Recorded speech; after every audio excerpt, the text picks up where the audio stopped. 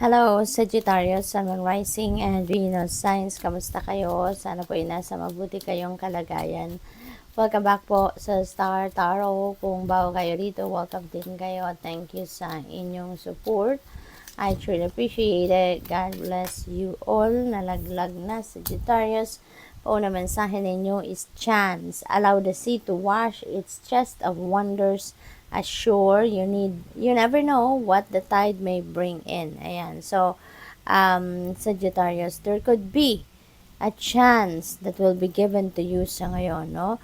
Depende sa inyong sitwasyon. Baka kayo yung mabibigyan ng chance sa ngayon. Maybe chance to prove yourself, chance para magawa ninyo ang gusto ninyong gawin, diba? It could be anything. Or maybe, you are going to take a chance on something or on someone din sa ngayon. So, depende sa inyong sitwasyon. But, those are possibilities, no? What else? We have strength and stay afloat and feel steady and calm. So this could be inner strength, no? This is your inner strength will be highlighted sa ngayon. Kaya nga kayo magkakaroon ng lakas ng loob, tibay ng dibdib, no?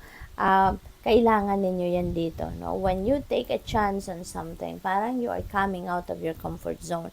Parang kailangan ninyong patatagin ang inyong kalooban or lakasan ang inyong loob para mag-take chance kayo, mag-take risk kayo. So, maybe may mga opportunities ngayon, ano, na nandito or dadating pa lang sa buhay ninyo, no? And it might require you to activate your inner strength.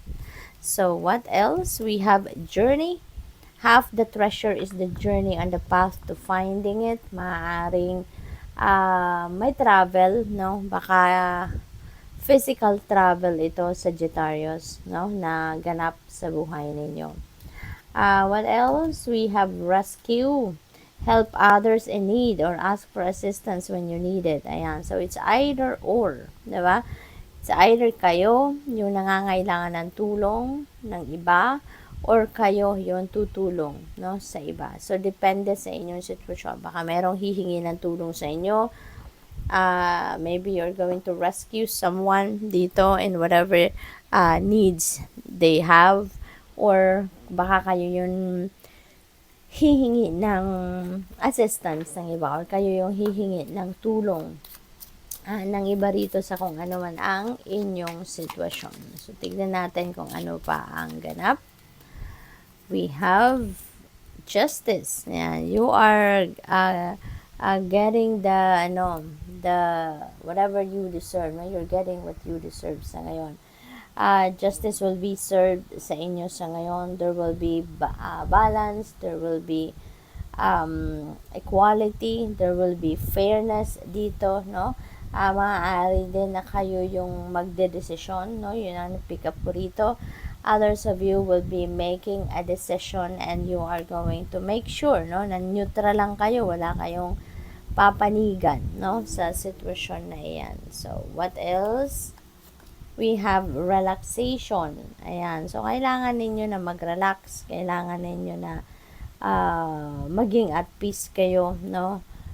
Dapat maging tranquil kayo, yung ganon. Kasi baka pagod kayo, baka marami kayong ginagawa, marami kayong pinagkakaabalahan, marami kayong there are so many things that you are paying attention to. So, maaaring ganon ang sitwasyon. We have sweetheart.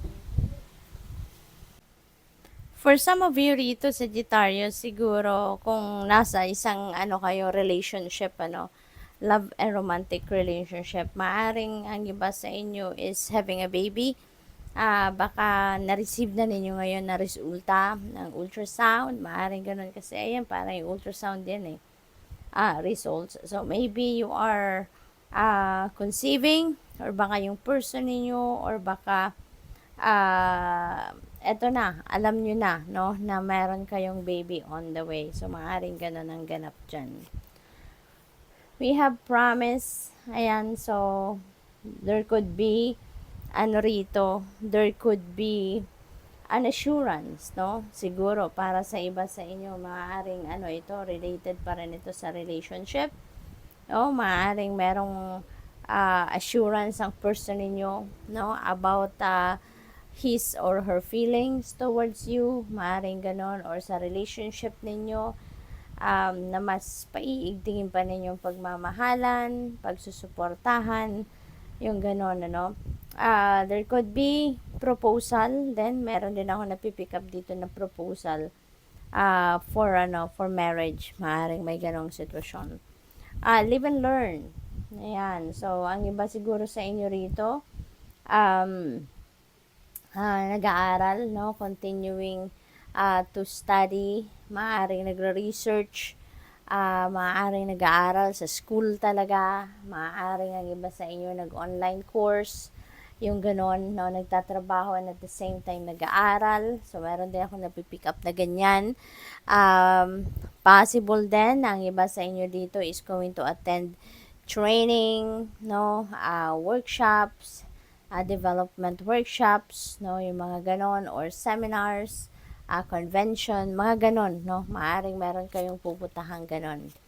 We have mask, ayan, so, mag-iingat kayo, no, this is a warning for you, for some of you, Sagittarius, na mag-iingat kayo, with the people that you are going to be dealing with sa ngayon, mga makakausap ninyo, kasi maaring meron mga deceptive people, no, low vibration people around you, na maaaring magpe-pretend na supportive of you, magpe-pretend na magpo-project na maayos kausap, akala mo sincere sa'yo, pero yun pala, no, kinukuha lang yung loob ninyo, kinukuha lang yung tiwala ninyo, and baka pala meron itong hidden agenda. No? Kaya mag-iingat kayo sa mga taong kausap ninyo.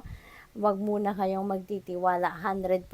Huwag ninyong ibibigay yung inyong trust talaga sa mga taong ito. Okay?